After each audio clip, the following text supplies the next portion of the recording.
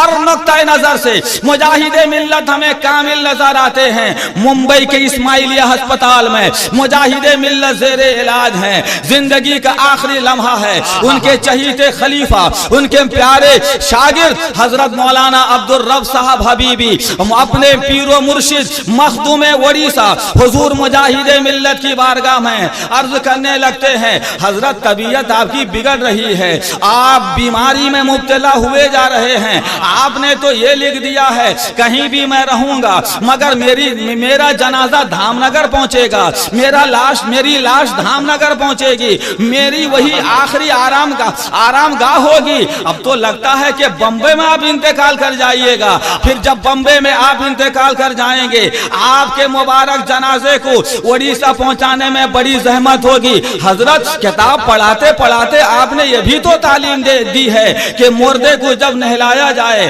تو بہت آہستہ آہستہ نہلایا جائے، مردے کو جب غسل دیا جائے دھیرے دھیرے غسل دیا جائے، کہیں اسے تکلیف نہ ہو جائے، کہیں اسے چوٹ نہ لگ جائے۔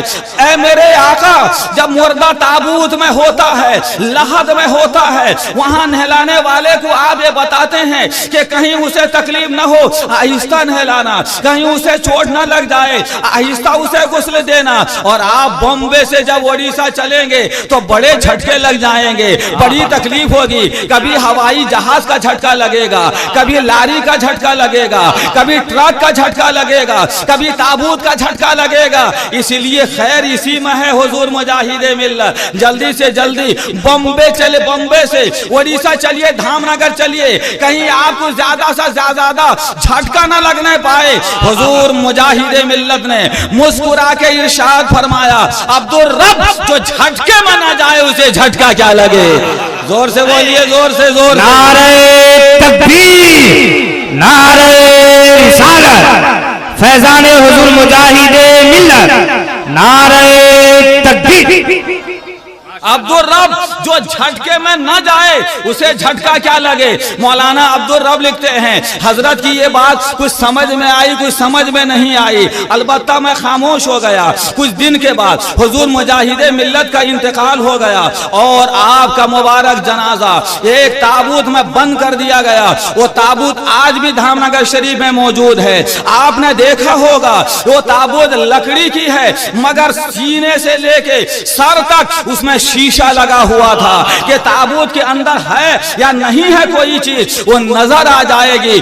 اس میں مجاہد ملت کو غسل دے دینے کے بعد بمبئی میں نماز جنازہ پڑھ دی گئی اور پھر اس تابوت میں آپ کو مکفل کر دیا گیا، تابوت میں آپ کو رکھ دیا گیا اور دیکھنے والے تابوت کے اوپر سے شیشے کے اندر مجاہد ملت کا جنازہ دیکھ رہے تھے، مجاہد ملت کا کفن دیکھ رہے تھے۔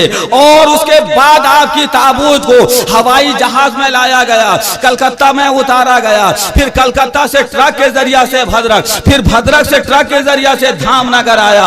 مگر جب دھام نگر مجاہد ملت کی تابوت آئی تو جیسے تابوت آ کے پہنچی پھر لوگوں نے دیکھا کہ تابوت تو موجود ہے مگر اس کے اندر مجاہد ملت موجود نہیں ہے۔ تابوت تو موجود ہے مگر خالی ہے، تابوت تو موجود ہے، شیشہ سے یہ نظر آ رہا ہے، کوئی اس کے اندر موجود نہیں ہے۔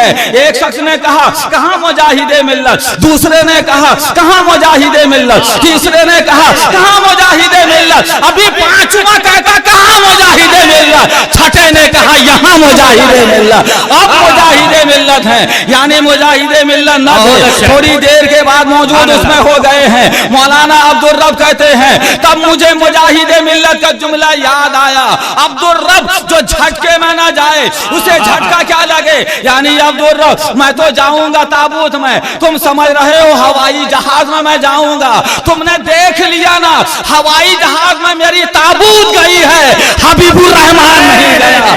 جھٹکا ضرور لگا مگر تابوت کو لگا ہے، حبیب الرحمان کو نہیں لگا۔ ٹرک اور لاری میں میری تابوت گئی ہے، جھٹکا لگا تو میری تابوت کو لگا، مجاہد ملت کو نہیں لگا۔ مجاہد ملت نے یہ مزاج دیا ہے، کبھی وہ تابوت کے اندر بھی ہوتے ہیں، کبھی تابوت کے باہر ہوتے ہیں۔ ایسا کیوں ہے؟ ایسا اس لیے ہے مجاہد ملت صرف مادیت کے علمبردار نہیں تھے، وہ روحانیت کے تاجدار تھے۔